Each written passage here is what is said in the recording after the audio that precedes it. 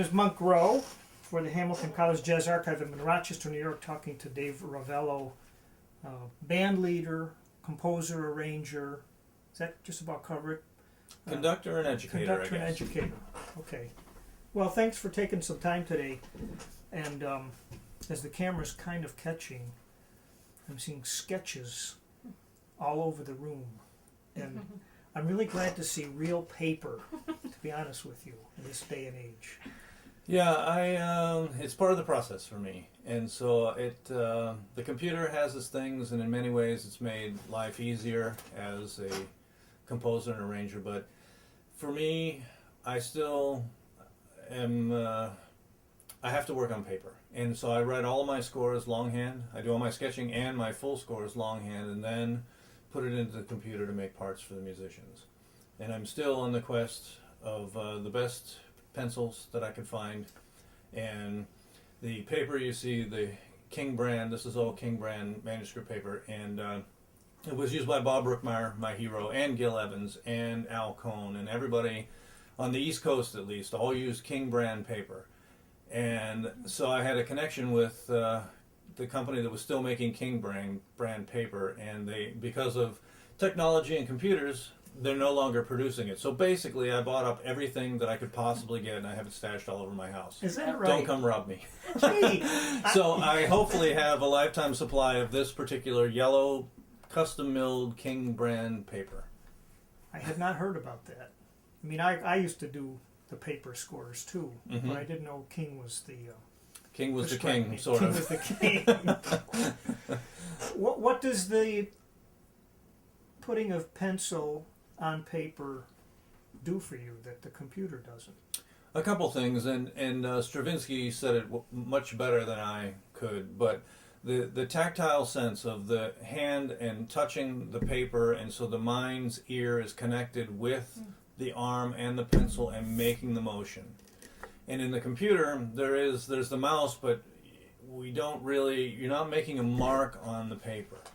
And so for me, that's a commitment to that note or that voicing, or it is saying that I believe in this. And there's a certain strength in that if I'm gambling and I'm combining notes that you wouldn't think should go together, but I believe in those and I make that mark on the paper, there's a thing about that. And that is not, it doesn't happen the same way on the computer. Now, you obviously would have been writing in the days before you could hear it back. Mm-hmm.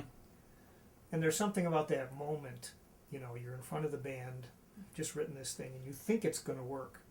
But hearing it for that first time is not like nothing else, right?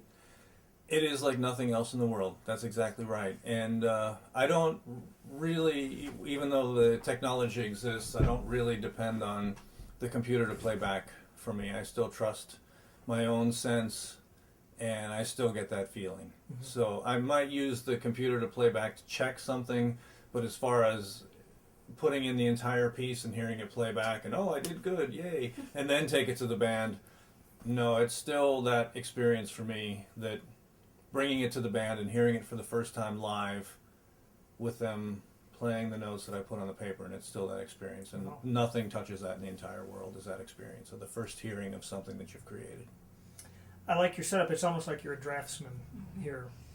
And do you often spin around and... All the time. All the time. This is a new setup. I just got this Steinway 1921 piano from the Eastman School of Music, actually. And I only talk about it because it's thrilling to me that this was in the first batch of Steinways that was delivered to Eastman when the doors opened in 1921. And I've always wanted a Steinway upright. And now I have one. All right. So the room used to be different with a giant drafting desk, actually, but it doesn't fit anymore, so I had to kind of shrink that in order to have this. But it seems to be working pretty well. Can you, I don't know if it's hard to answer this, but how much of what you write can you hear in your head? Well, I've been writing music since I was in junior high school. Not that anybody should ever hear those attempts at that point, but it's been a lot of years. So it's a two-part answer, I guess. I can hear a lot of things in my head, and if I were to write something very straightforward, then I can hear all of that in my head as I'm creating it. But for me, I'm interested in stretching what I know and what I can do And so I'm gambling more than I'm not gambling, especially if I'm writing for my own ensemble. So I can still hear that, but I don't always know if it's going to work. But, I spent 15 years with the legendary Bob Brookmeyer, and he didn't always know. And I'm good friends with Maria Schneider, and she doesn't always know. And these are people that have been writing music for Bob especially longer than I have. And Bill Holman too, we're friends also, and he sometimes is like, I'm not sure if it's going to work or not. So that part of that never goes away, which is a good thing, I think, because it means you're trying to expand yourself instead of, if you're just writing straightforward things and banging them out, you should be able to hear those and know that, okay, I can mail it off and forget about it, but I'm not one of those guys. So. Something must have inspired you when you were in junior high school, some chart or some writer, can you recall? Yeah, I remember like it was yesterday. Actually, it was my grandfather who had a big band on the road in the 1940s. And he lived to be 92 just recently and was probably the most amazing man I'll ever know in my life. At 90 years old, he wrote his autobiography. And then he was teaching it to people in their 60s and 70s. His book is called How to Have a Great Life at Any Age. And I remember distinctly his birthday was on July 4th, and it was a backyard party at my parents' house for his birthday.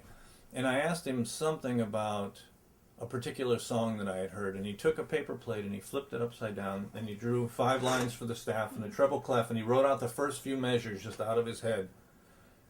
And I think, trying to look back, that must have been the moment when I realized, wow, I want to be able to do that someday. And so I think that's where he had a big band on the road in the 40s. He was an accordion player, and he took me from when I was old enough to walk every year at a place in Ohio where I grew up. There was a place called Idora Park Ballroom, and the sides came down in the summer off the ballroom. And so every year, Maynard Ferguson's band and Buddy Rich's band always came through. And then I also heard Stan Kenton's orchestra there once, and the Thad Jones-Mel Lewis big band there. And later I got to hear Count Basie's band with Count Basie somewhere else. So that all kind of was part of who I am now, I guess. Wow. When you write a chart, to me, I always run into this bit about, okay, I've done an intro, done the melody, whether or not it has a bridge, and then you get to that point, what am I going to do now?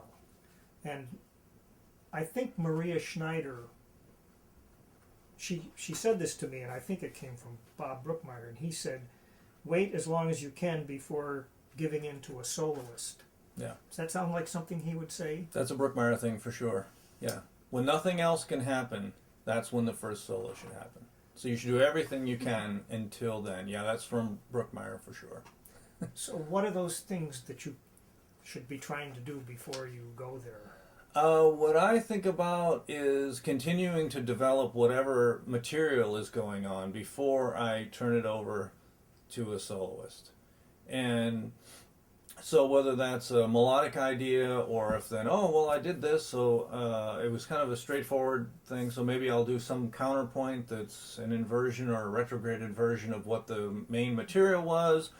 I just play around with until it feels right to release my thing to a soloist. And what I've begun doing in the last few years, which also comes from Brookmeyer, is I also then when I finally do have a solo, I give them guidelines of where I at least want them to start. So whether that's pitches or a rhythmic idea, or I write a melody and then say continue simile from here, so that they stay in my piece. Because the problem that Bob has addressed in print and lectures and everything is that you turn it over to the soloist and they play what they've been working on in the practice room, and it has nothing to do with what has happened up to that point. So I try to guide that a little bit, and I also try with my own band, at least, where I have control over the members of the band, to make sure they understand that you're part of my piece. Brookmeyer said it best when he said a soloist is a compositional continuance. Those are his words, not mine. But I'll take them, and I use them. Yeah, put them in caps. Yeah, that's a nice phrase. So making sure that they understand and stay in your piece. So that's what I try to do. And there's also, by the way that you create or construct backgrounds behind that soloist, also is a way of making sure they stay in your piece. If you just give them open solo and it just goes on forever, they're going to play what they played in the practice room. But if once in a while I'm giving them something motivically or whatever from the piece, they're going to have to deal with that and stay in the piece. Do they chafe at that? They might when I haven't heard, but so far nobody's complained. Okay. Have you had to try different sidemen to find the people you like? That I've been fortunate that I do that work on the front end, so that I'm very careful about who I ask to be, especially a permanent member of my band. And so generally there'll be subs that I call, good players, and I kind of feel them out and watch their interaction when they're subbing with the band, with the rest of the band. Because for me, the musical ability obviously is the most important thing, but a very close second is how they act. Because one bad apple, especially my band is a 12-piece band, one guy who doesn't interact well with the others really changes the picture in a negative way. So I'm very careful about even somebody who is subbed, if there's an open chair permanently, who is going to come into the band and be that permanent player. I think long and hard about that every time before I make that final decision. So fortunately, because of doing it that way, I haven't really had any issues with that. Are you talking about interacting musically and otherwise? Musically and socially, their attitude, their demeanor, all of those things. You know, one guy who thinks that he's better than somebody else is going to really change the picture, and then all of a sudden my regular guys are like, oh, by the way, Dave, yeah, I can't make Thursday's gig because it's not fun anymore for them. So the thing that can happen is it starts falling apart. So as long as they know, for me as a leader, because, you know, anybody with a big band, I forget who it was, somebody famous said, whenever you see a big band playing, somebody's losing money. So these guys are not playing for big money. Yeah. They're doing it because they love to do it and they're having fun doing it. So if one element makes it unfun for them, not fun, then all of a sudden there's a whole other world that opens up that I have to take care of. So by trying to take care of that on the front end and being careful about who I select and who I ask, then I've not had really trouble with the band in that way. If you could have a 17-piece big band, would you? Or do you like the 12? No, actually, I like the 12. To me, it's the perfect number. And the reason that I came up with that size band in 1993 was I had written a lot of music for standard jazz ensemble, and I realized that by then, and having gone through Eastman and everything with my degree, that I could do 4-note trombone voicings in my sleep. And so I thought, wow, I'm kind of stuck here, so what can I do? Well, if I take some instruments away, then I have to figure out how to do this. And so I've created my own good problem to move myself forward. Also, I've been, besides Brookmeyer, very influenced, and I mean, Gil Evans is just a master of everything. So I kind of looked at Gil Evans's bands, and they were never full-size bands. And so I thought, wow, you know, so what if I just had, what would be my dream ensemble? And so I decided that I like alto saxophone, but I really like soprano saxophone. So my band has no alto. Okay. Soprano, and he doubles on flute. And then tenor sax, of course, and he doubles on flute and clarinet. And I like baritone saxophone, but I really like bass clarinet. So there's no baritone saxophone in my band. It's bass clarinet, and he doubles on flute and clarinet. And then, because of Gil Evans's influence, probably, I wanted to have a tuba. So 2 trombones and tuba. And then I thought about having French horn, also from Gil's influence, but I thought if I've got one non-jazz guy, a tuba player, and I'm in Rochester, New York, 2 is probably going to be too much of a gamble. So I decided I have 2 trumpet players, and I have the third guy only plays flugelhorn. So I think of that as kind of a French horn that blows forward instead of backwards. And that way I don't have to deal with the acoustical issues of that also. And then piano, bass, and drums, a standard jazz rhythm section. And so that's my dream ensemble. And no matter what situation there would be, if I could, I would just write for my own band all the time. We've already got a built-in start on your own sound, too, with that instrumentation. Right. And what I knew when I did it, too, thinking ahead, is that it would be problematic in that college bands that are 17 or 16-piece bands, that it doesn't work so well for them, because what are they going to do with the other people? They'll be running around the halls throwing erasers and causing trouble. But for me, that's my dream band to write for, and my goal was to just continue writing for that band as I can in and around freelance work, and just create a body of work that is my work for that ensemble. I was watching a YouTube selection, Beyond the Fall. Mm-hmm.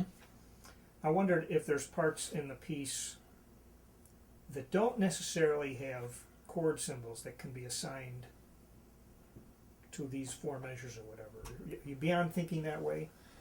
Sometimes in that piece, probably there's moments where the soprano saxophone solo is and those backgrounds are happening and they get more and more dissonant, that it's just, I think I just labeled it as like whatever area I was in harmonically, like D5. So it was just fifths in the bottom, and then I let them try to navigate what all the stuff that's happening around them once the backgrounds start coming in. Other than that, there's just a lot of sus chords, I guess, that could be labelable. But in general, with my own band, the rhythm section parts, there's often not a lot of chord symbols. The bass parts are written out. Jeff Campbell once said that playing bass in my band was like playing fourth trombone, because the line, everything is written. There's not just where they, maybe in a section where there's soloing, there might be in some of the pieces, but other pieces the bass vamp is specifically written. I let the guys, they'll vary from that and come back to it. And then the piano part is 8 or 10 fingers of generally doubling what's going on in the ensemble. So they're not just sitting there comping.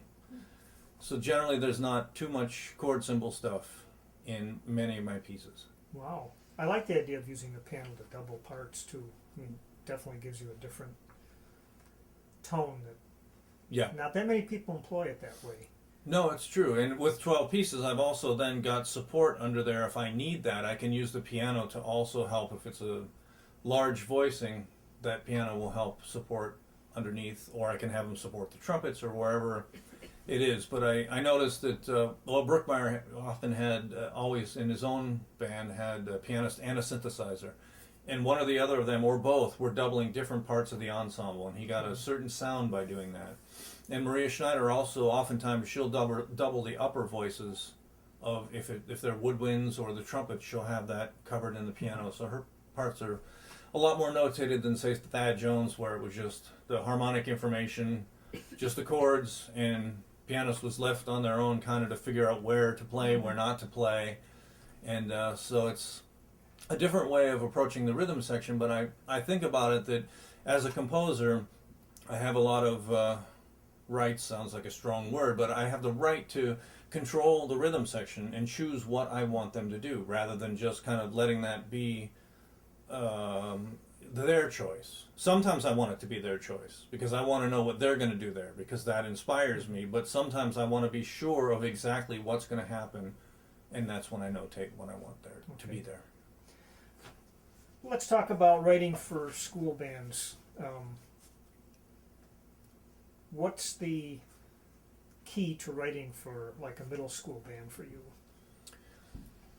The key for me, and this is what I tried to do with the Alfred pieces that I've written, and I write a lot for the Penfield school system too here, and I actually honestly don't know what it is that Jim Dozer, I don't know if you know, but Jim is great, Penfield High School, runs the Penfield Music Commission project, and every year I write for them. And I don't know exactly what it is that he hears, but he says I have an ability to really do that for younger players in a way that a lot of other arrangers can't do. I don't know what that thing is, honestly. But I just think about, I want something that the students will enjoy playing, but I want there to be a weight about it, that it's not just the usual, I call it slag for lack of a better term, that's out there, that these guys that, they can knock out a couple of these in an afternoon. And for me, if I write a grade 3 arrangement of something, I spend as much time on that as I do creating a composition for my own band. Wow. And so when I started writing as a staff arranger for Alfred, I mean, I take it very seriously because I want that music to have integrity. I want it to be playable by those students so that it's not over their ability, because that's frustrating. But I want it to be a little bit beyond what they might, so that they have to reach for something. So my goal, whether it was successful or not in those pieces, was to just raise the bar just a little bit so that there was music out there that I would want to play if I was a student and I was that age, and really feel like, wow, okay, this challenges me, but there's something here that I can feel good about being part of. So I don't know if that answers the question, but Sure. I mean, you obviously have to know about ranges and sure. what that It's age very level is. specific. You know, grade 3, the second trumpet player, just besides the first trumpet player, the second trumpet player can't go higher than this, and the trombone can't go, and they can't do this, and this can't do that. And so, yeah, there's a lot of rules, and mostly I wrote grade 3. Grade 2, of course, there's even more rules of what you can't do, and grade 1, the ranges get smaller and smaller. So grade 3 is what I mostly did for Alfred so far. Well, my daughter, who has played your music, said she likes the tension and release in it. That's nice to hear. I like that. Yeah. How do you? Is there obvious ways you do tension and release?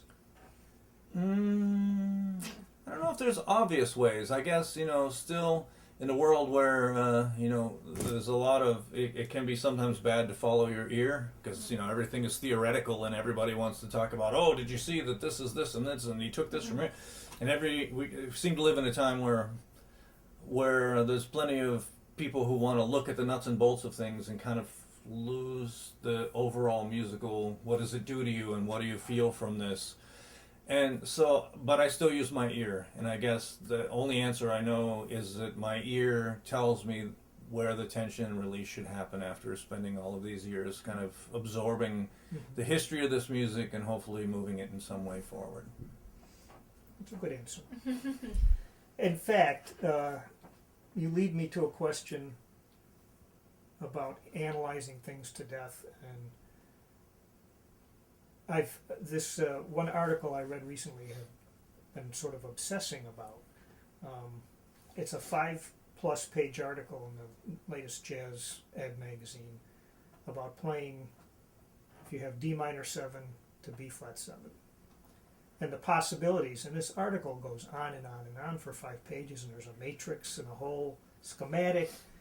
And for a guy like me, who basically didn't get a jazz education, so to speak, I found it, I could hardly read it. Mm-hmm. I mean, do you have an opinion on going too far with, or maybe you think that's the way to go, but I'm interested in how you think about that. The way I think about that is, when you're a young musician, it's important because jazz was handed down. It was an oral tradition. So I think that when you're younger, it's very important to transcribe the masters. And as much as possible, get those notes off of the recording without using the technology we have today, where there's some things you can just play it in and it actually writes it out for you. No, you take it note for note. We used, there was the Marantz tape decks that would run at half speed. So it would slow down and it would be the same pitch an octave lower. And it sounded really crazy, but for 16th or 32nd note things in Coltrane or something, you had a chance at least at getting those notes. And writing it down and then learning that and then playing that with the recording and the inflections. And that's all part of, I think, growing up. I mean, I teach it as music, all music, but jazz, because that's specifically what I generally do, is a language. So when we learn how to speak English in our case, first you hear it. So you need to be immersed in it. And then you begin to speak it, but it doesn't make sense. That's why as adults we all laugh at the great things that kids say, because the words come out in the wrong order. That's the next thing that's going to happen, is somebody learning to improvise, stuff's going to come out in the wrong order. But over time, and as you continue to listen and you continue to assimilate, eventually the sentences start to come out in the right order. But it's necessary to listen and to transcribe and to do that work yourself. It's not the same. Even when I was a kid, there weren't 10,000 jazz books. There were a few things. Jamie Aebersold only had, I told a student at Eastman the other day, Jamie Aebersold, there was 5 volumes. They laughed at me like they couldn't believe, I don't know, there's like 100 and something now, but there were only 5 of them then.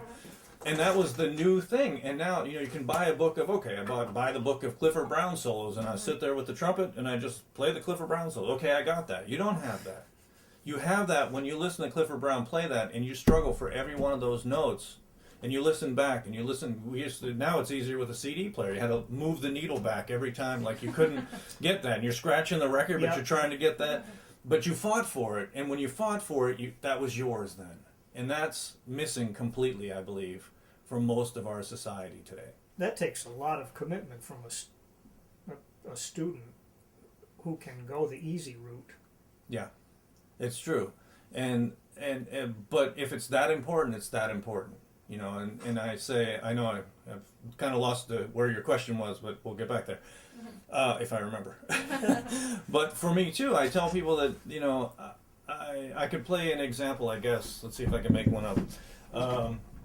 I could spend hours trying to decide, is it this or is it this? Is it this?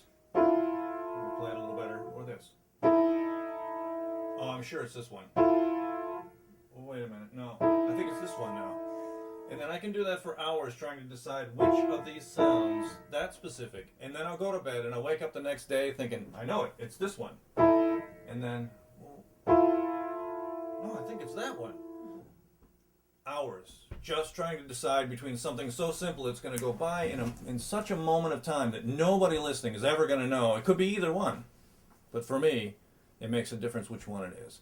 So the commitment, if you're committed to making music and you're committed to the art of jazz, then that commitment to scratching the record and getting those exact notes from Clifford Brown or whoever off the record, that's what you need to do. Now you can, if you would, remind me of the original question. Well, maybe you answered my question, but I think it's partly the person with that commitment may be the one that rises to the top. I mean, there's so many people out there now trying to get to the same spot. Sure. It requires that kind of thing. I guess my question is, there's so many names, there's all the modes, and there's symmetric diminished, and there's all these scales, and if I look at a D minor 7 chord, I think of it as a major scale with a lowered 3rd and a lowered 7th. I don't think Dorian. Mm-hmm. Why should I think Dorian? I don't think you need to. I think if thinking a lowered 3rd and a lowered 7th works for you, and this is the way I teach, then that's the way you should think of it. Somebody else might think, oh, it makes it so much easier for me to think Dorian here. Okay. Then that's the way they should think about it, and not as a major scale with a lowered 3rd and lowered 7th. But that's where we were. And yeah, so the amount of information that is there out there now is overwhelming. I even teach in my jazz pedagogy class at Eastman. I tell them part of your job as especially a private teacher is to help your students sift through what they need to know right now. Because they're going to come in with, the suitcase full of all the stuff they want to know right now. And that's great. The excitement is great. Okay, let's learn how to just play quarter notes in time first. We'll worry about the Clifford Brown transcription book later.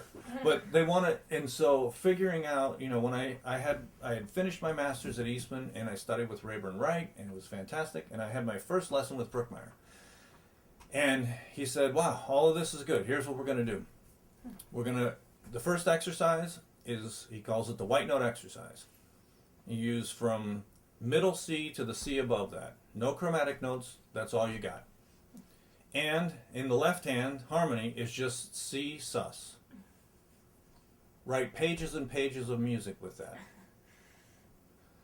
Which, in the beginning, it sounds like, shouldn't be too hard. Then it sounds like, wow, that's kind of dumb. And then all of a sudden, it's like, this is really hard. And then, if you stay with it, you find that, and I teach this now to all my students, you find that you push through certain walls and you can create a lot of interesting music with only the white notes in one octave and no harmony. I mean, except C sus, but you can't rely on that. So I had finished at Eastman School of Music, and he took me down to, okay, we're going to write the white note exercise. And then there was a harmonic exercise, rhythmic exercises, and kind of rebuilt the way that I thought about the elements. And in our society, he has an incredible lecture that I still use on just the intervals. And the way he goes through, or just playing the power of one note is a better way of saying it. You know, we forget about how strong one note can be. I mean, if I just play a C on the piano and we just let it ring for a minute, and you listen to that and focus on that note and how long it lasts. And if I wrote that and then I gave you anything else, you're waiting for that, you know. And so all of the elements of drama too, and there's so many things, but the amount of material is overwhelming to everybody. So I feel that, you know, it was interesting. I kind of have that too. I love books and I like information, and I should know about this and I should know about that. And I talked to Brookmeyer once about that, and he said, well, he said his view was, write music, forget about the books, learn by doing it. And Rayburn Wright said an amazing thing once that changed my life. He said, well, at least for me, maybe everybody else knows this, I don't know. But he said, books are just a summation of somebody else's experience. Have your own experience. And so my job is to do my work. And however I think about it, it doesn't have to line up with anybody else's way of thinking about it. It's just that I have to go to work every day. And if I reinvent the wheel, that's okay, because it's my wheel. And I own that wheel now. So that's the way I look at it. So hopefully that answers the question. Well, nicely said.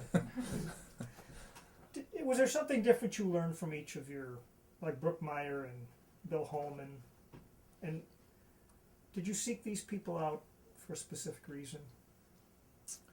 I guess without really thinking about it. But I sought out Bill Holman because of, you know, each, at least with Brookmeyer and Holman, Rayburn Wright was such an incredible orchestrator and just knew how to get so many colors. Like I said, I came here only to study with him to understand that.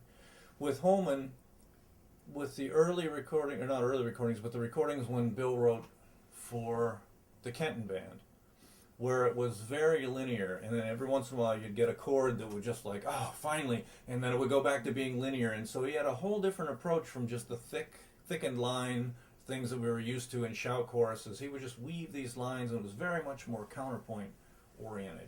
And so that's what attracted me, that I wanted to know from him. And Brookmeyer, just as I said, in 1980 when he came back to Mel's band and did the first record that he did with Mel's band, called Bob Brookmeyer Composer Arranger.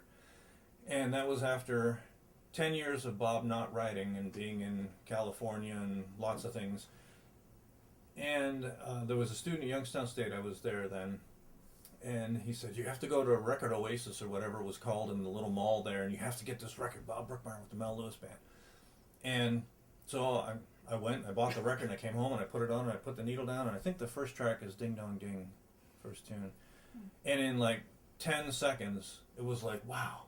Because I knew Thad's music, I knew Gil's music. I mean, that's what I had heard. And this was completely different in such a way that it blew my mind. And I realized that this, and now I say, and many of us, Maria Schneider and Darcy Argue, and people that have all studied with Bob, in that moment, on that record, Brookmeyer changed the whole face of large ensemble composition, single-handedly.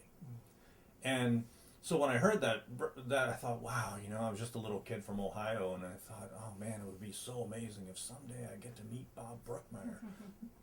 Little did I know that I would spend 15 years with him and be close with him and all those things, and, you know, the things you can't imagine. But I wanted everything from Bob, like harmonic and melodic and just this whole sonic world of what he was doing. So I guess there were specific things, but I just knew I needed something. I wanted something from these guys, besides just to be around them and hear stories and know about what was it like working with so-and-so and how was this guy like. And so I've been very fortunate in my life to have those guys. And you did some work as a copyist also for some of these people, right? I did a lot of work as a copyist. I think that there was more than 10,000 hand-copied pages before the computer came into, so I was a pen and ink guy. And I copied for, Brookmeyer, and I copied for Rayburn Wright and Bill Dobbins, Donald Huntsberger with all the wind ensemble stuff. Joseph Schwantner, Bob Belden in New York. I've done some work for Maria Schneider. So I was, yeah, there were a lot of people that Manny Album, I copied all of his stuff. So I was for a while the first call pen and ink guy. No kidding. And did you do that?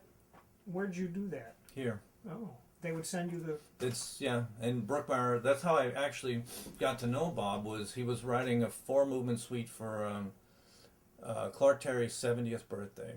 And I called Bob because his recording called Electricity had come out and it wasn't available in the States. And Fred Sturman said, oh, here's Bob's number. Just call him. He'll send you one. He's a nice guy. And I didn't know. I thought because Mulligan and Brookmeyer, Jerry Mulligan and Brookmeyer were close. So I thought, well, Mulligan is known to be difficult and salty and everything. And I figured out Brookmeyer is probably the same way. And I was so afraid. And finally I dialed the number and said, Bob Brookmeyer. I was like, hi. And we started talking. And I said I was trying to find his Electricity CD. He said, oh, I'll send you one. He said, what else do you do besides write music? Or no, actually what he said is that he and Manny Album were doing the BMI Jazz Composers Workshop in New York. And Manny knew my music from here because I was involved in some of the arrangers' holidays and all of that stuff. So Manny, I guess, had been telling Brookmeyer about me and that I was in Rochester. And so Bob said, oh, Manny Album's been telling me about you. I'd like to hear some of your music sometime. I was like, wow, okay. So it got a little easier on the phone. I wasn't quite as afraid. And he said, what else do you do besides a composer? And I said, well, I'm a copyist. And computer was kind of happening then. And I said, oh, are you a hand copyist or a computer copyist? And I said, well, I do both, but I prefer to copy by hand. And he just said, okay, I might need you sometime. And we hung up, and I thought, oh, Brookmeyer's so forward thinking he probably wants it all computer. I probably blew that one. And then 2 weeks later, he said, okay, I need you. He called. It's Brookmeyer, I need you. Got the 70th birthday thing, 4-movement suite for Clark Terry. I'm behind because Brookmeyer was always behind. His way of saying it was the muse slept late in his house. So then every day there was more pages coming FedEx, and it was incredible because, I mean, it was, the hand-copied parts was a stack of music like this. And I had I hired two guys, and one over the other was always here round the clock as I was copying in the dining room, proofreading every page because the deadline was so close. Every time I finished a page, I'd give it to them, and they'd check it, and then finally proofing it against the score. His score. Yeah. So he was sending me the handwritten score, was it and then a transposed score? Or was transposed. But every day the FedEx guy knocked on the door, and there was more pages, and just kept going, and it was crazy. And so during that time, I said to Bob, I would call him once in a while, like, oh, I can't tell, is this a D or an E or whatever it might be, because he was writing fast. I said, I'd really love to have a lesson with you sometime. He said, oh, okay. He said, well, you could come here and you could decide if you want to work with me, and I'll decide if I want to work with you. I figured, well, half of this equation is figured out. But if he says no, what am I going to do? Fortunately, that didn't happen. But so that's how the first lesson happened, and then it went on from there. Yeah. And I stayed in contact with him pretty much up to the end. Within 2 weeks never passed without me calling him to see how he was doing, what he was working on, and kind of tried to stay in touch with him in that way. And he was just magical and so giving and loving, and was a fantastic guy. Wow. He hasn't got the recognition that some guys... No, yeah. I think partly because of the 10-year absence in the middle there where he was recovering and going through rehab and everything, and then came back. But then the last 15 years or so, he's lived in New Hampshire in a tiny little beautiful wooded place.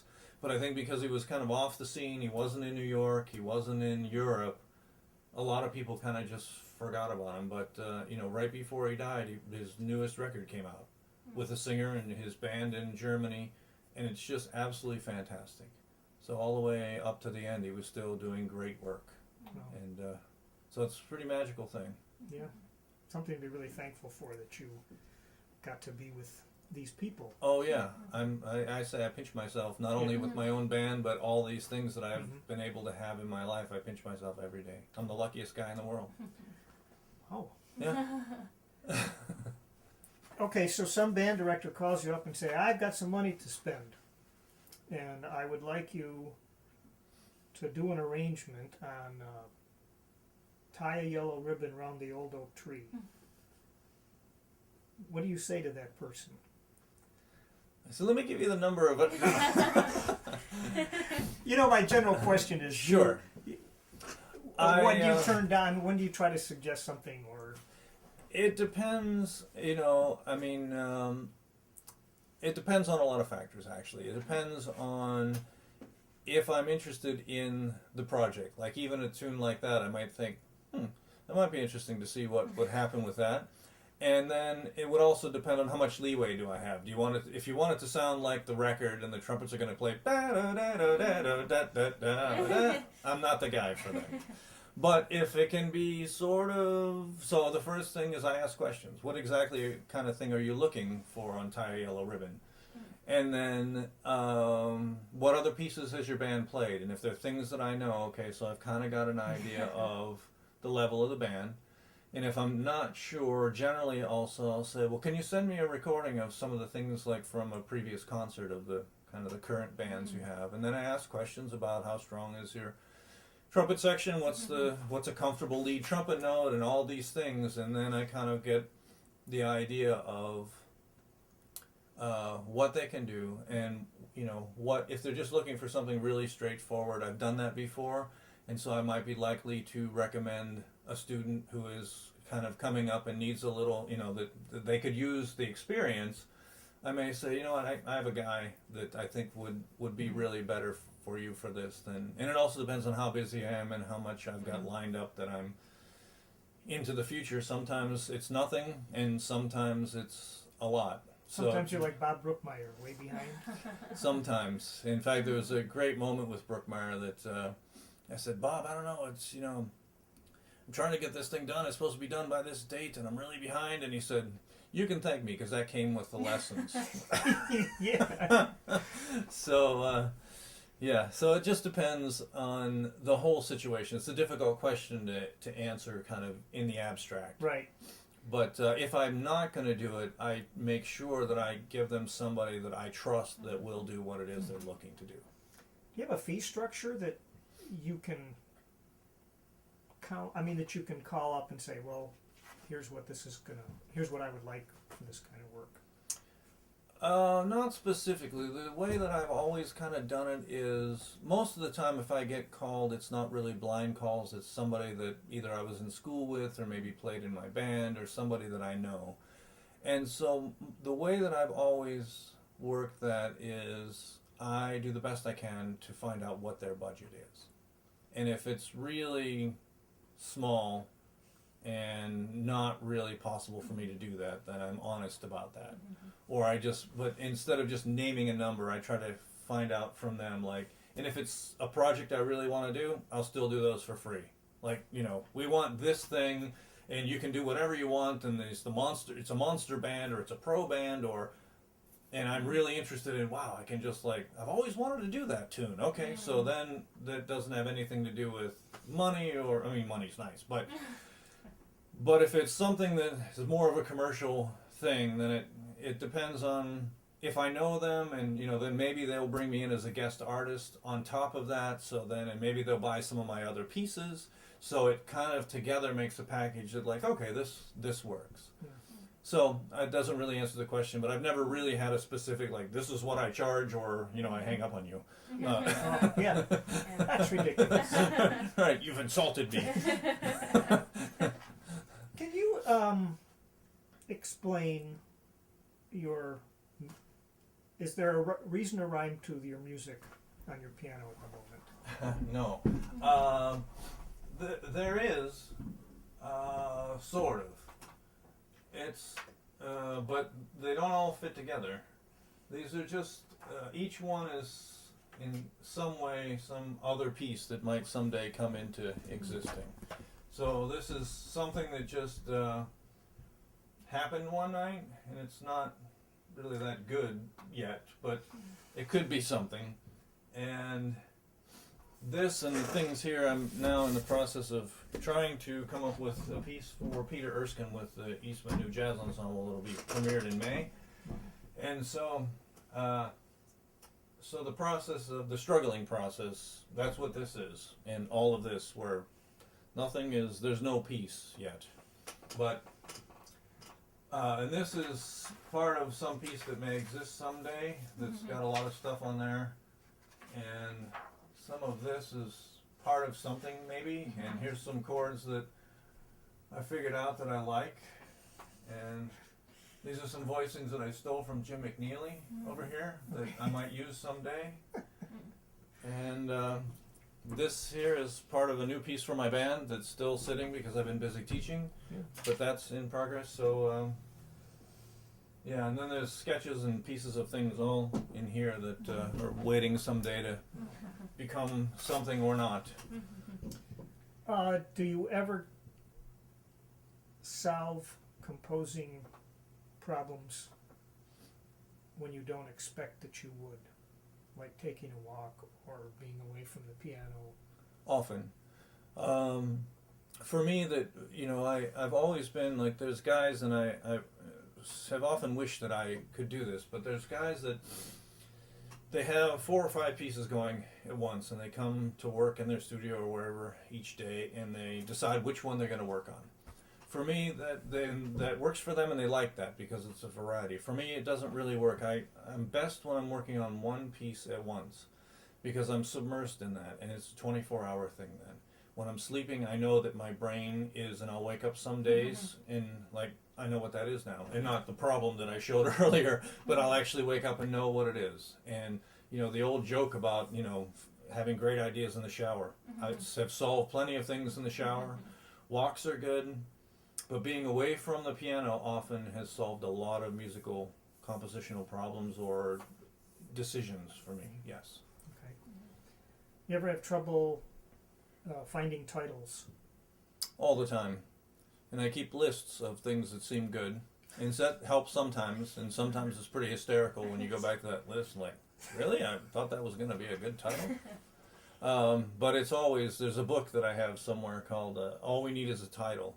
And it was all about the working titles of famous books now. And some of them were just awful, but it's interesting to read, you know, just what people thought they were going to call something in famous books, like Moby Dick. I can't remember what the original like working title was, but it was not that, and so it would have been a whole different experience if the big whale. right, something like that, you know. And so but it's that's always an issue. I've played dictionary roulette where I just opened and I can't really use that word, you know, just everything to try and find a title, because titles can really spin the listener. I think. I mean, it's like looking at an abstract painting. It's better to look at it without seeing it. At least for me, I like to look at it first without seeing what it's called. But if I said, "Oh, Beyond the Fall," that must have some deep meaning. Like, I'm going to try to figure this out. Does any of your music have? The titles have a meaning, but the music itself does not necessarily. It's not, what do you call that? I'm trying to think it's of not the word. picturesque. It's not, that's not the word. What is it called? Programmatic. Yes, thank you. It's not programmatic. So I've never really written a piece like, this is about my friend Jim, you know, or whatever, like in his life and his struggles. Like, it's never been that. But the titles all have some significance. And once in a while, the band gets me at the gig talking about and explaining the titles. What's it like working in academia? I like it. I'm very committed to it, and I take it as a big responsibility for the students' futures. And it's tiring in a way because I am committed to it, and I follow up with these students that have been my students and find out how they're doing if they're in New York or what's going on, and I try to stay in touch with them so that they know it wasn't just the time that they were here and that, okay, whatever, like, I'm on to the next guy. No, I take it very seriously, and I enjoy teaching because the students also inspire me. You're not a full-time. Are you full-time there? No, I call it super part-time. Yes. But right now, the last few years, I've been sabbatical replacement guy. That's also my invented title for myself. But Clay Jenkins was on sabbatical a couple years ago, so I covered his classes, and then last fall Bill Dobbins was on sabbatical, so I taught all the jazz writing courses and his private students, and then this year Harold Danko was on sabbatical in the fall, so I covered that, and then Darius Terefenko is on sabbatical this coming semester, so I'm covering his things. So it's been very busy, but then after this year they've all had sabbatical, so then I'm back to super part-time guy. Super part-time guy. There's some advantage to that, isn't there? I mean, it's yes, and I mean I love leading a band, and so the new jazz ensemble is just always a blast, and I play the program, the music that I believe in, and the jazz undergraduate jazz pedagogy class that I teach, excuse me, just in the fall, is great because I feel like I'm helping them to understand about teaching and being committed to teaching. And then the rest of the time I have my own band and I have my own freelance work, so it's very good. because if you were full-time all the time, something would have to give, probably. Right, probably, yeah. But, I don't know, I have good energy, so you never know. I can tell. Are there, can you name 3 charts off the top of your head that you definitely want your writing students to listen to and analyze? That's a good question. Let's see.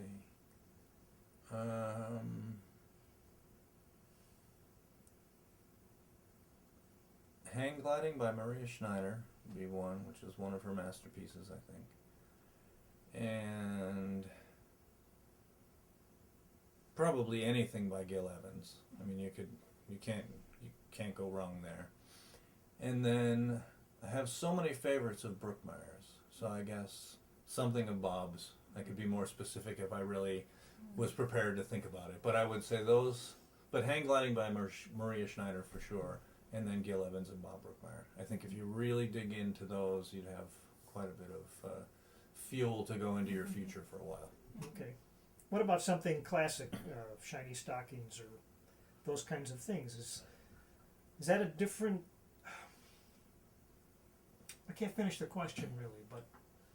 I think understanding that part of things is important, and I believe that, you know, anything that the Count Basie Orchestra did, I think you have to just know that. You have to be able to feel that. You have to have listened to it so much that it's part of you. Mm-hmm. And my favorite, probably, Count Basie album is Chairman of the Board. And it's Thad Jones wrote some of the arrangements, and Frank Foster's, I think it's Frank Foster's, Blues in Haas Flat. Mm-hmm. And just, that's one of the best things ever. And lots of people know that because it was in the Jerry Lewis movie, you know, where the Nutty Professor or Absent Minded Professor, whichever one it was, with the black and white one that, and yeah.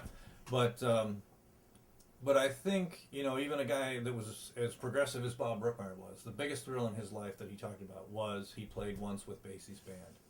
And he said, like, the thrill in his body was never matched with any drugs, anything ever the rest of his life. And that was, you know, he grew up in Kansas City. He was like a teenager then, and he lived till 80, almost 82 years old, and nothing matched that feeling. So that was in him, no matter if he wrote very strange modern classical music, what people would term strange, but I mean, very avant-garde. Still, somehow, Basie was in there, and I think that that feeling in that band has to go with anybody who's serious about this music. You have an opinion on how they achieved that, especially with the Great American Rhythm section back then? I think a lot of it had to do with those guys just lived together, and they played every night on the road. And I think that they knew one another and they trusted one another. And it's something that we can't really have now, because there aren't bands that are playing that much. I mean, some of those gigs were supposedly 6 and 8 hours long of the Basie band, you know, where they were just playing in all night, or, you know, in the morning they'd leave the club and then they'd come back in the afternoon again and then play all through the night. And, you know, there were times off where other bands would play on an opposite stage, but still they were playing so much, it was their life. And I don't know that we can really get back to that. But I think that's a lot of why it felt so good. If Eastman, I don't know how many jazz majors graduate from Eastman every year, but if you multiply that times the number of universities in the country now who are doing similar work, what's the prospect for young, talented musician with a degree in the business? Not too good, to be honest. And I think about that because I think not only in music, but even, so you have a degree in painting. Where are you going to go? You have a degree in poetry. What are you going to do? Starbucks, hey, But I do believe that with passion and commitment and energy, those people, the ones that are that dedicated, will rise to, some place where they can do their art and make a living. It's a difficult thing because there isn't too much of a place in our society, and with budget cuts and everything else, there's this. So everybody has to find their own way. I think that's why I take the pedagogy class so seriously, because I feel that with community colleges, even if somebody is not a music education major, they're a jazz major, but there might be an improvisation class that they could pick up on Tuesday nights in their whatever town they're in, or an adult education improvisation class, or something that they can do that will help supplement the music that they want to create.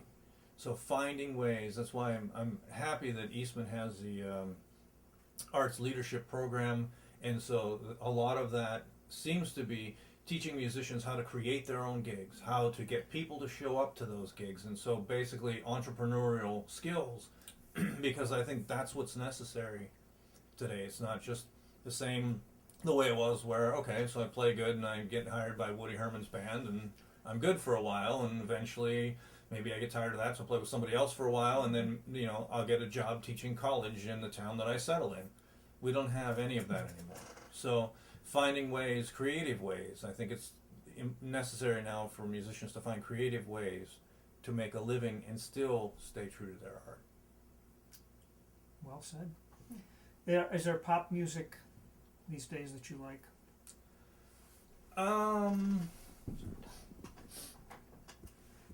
There's some things that catch my interest. Not a huge amount, I guess, lately. But for a while, I listened to the alternative rock station only in the car. I never listened into the radio at home. And I would hear bits and pieces of things that I guess have somehow worked their way into my music, because younger guys or guys that have played with my band will say, "Oh yeah, I could tell that you listened to that stuff for a period of time."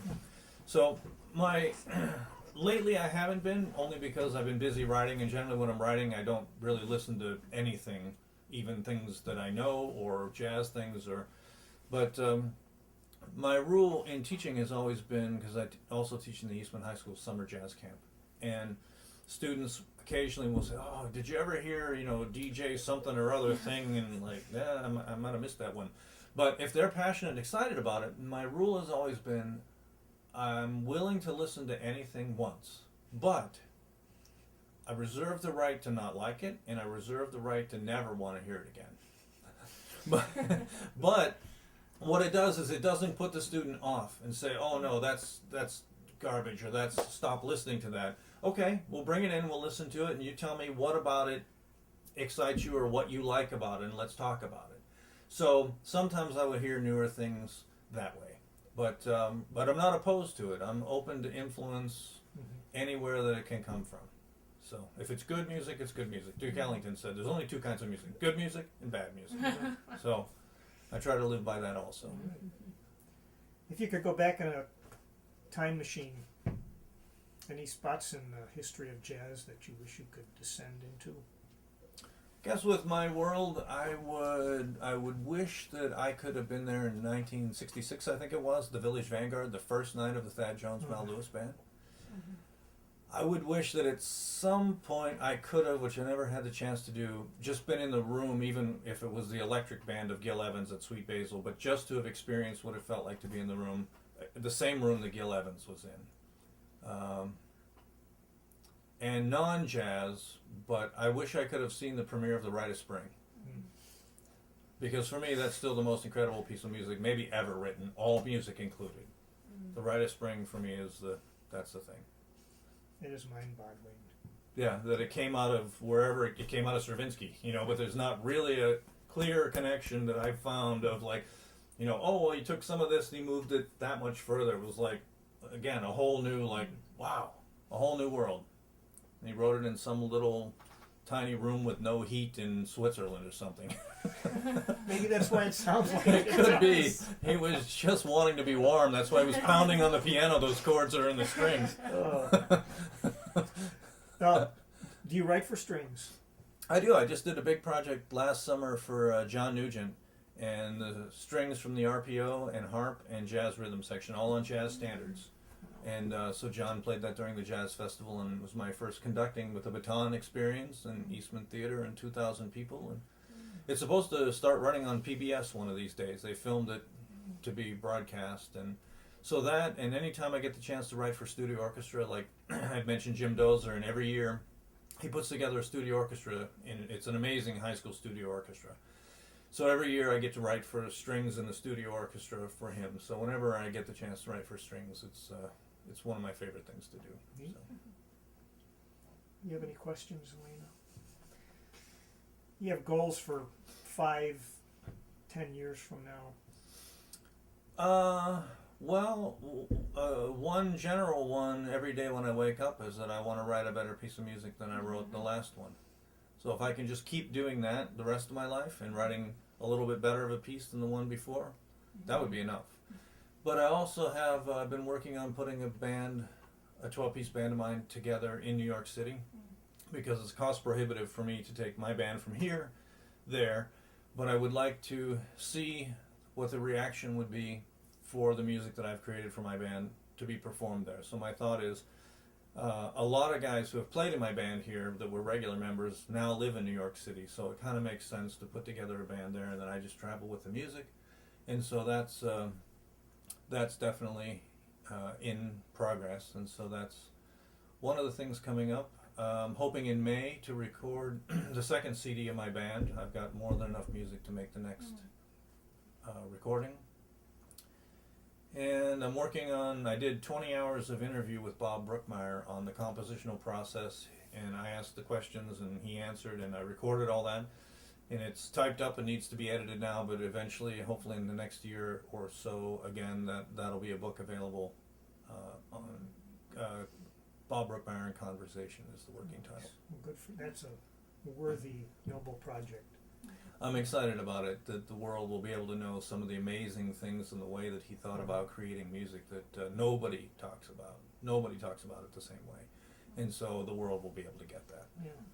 Speaking of going to New York with a band, how the heck do you get into the Blue Note with your band? That I don't know. Yeah. On an off night and you pay, I guess. You pay? Well, Yeah, occasionally it's like- there are the periods where you have to buy the room, and you invite the critics, or you invite the audience, or you do the ticket sales, or Oh man. so.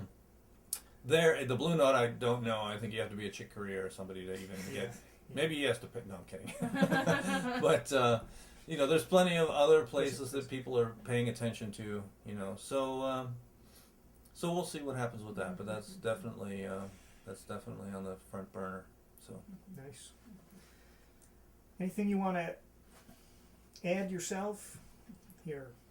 I don't think so. Your questions have all been great, and I'm just thrilled that you asked me to do this. Well, I think we're going to be hearing a lot more from you in the future, so I'm glad to get you at this point. I hope so. I don't know. I just every day just do my work. Yeah. That's all I know. Right. So Well, best of luck to you. Thank Really you. enjoyed the conversation. Same here. Over and out.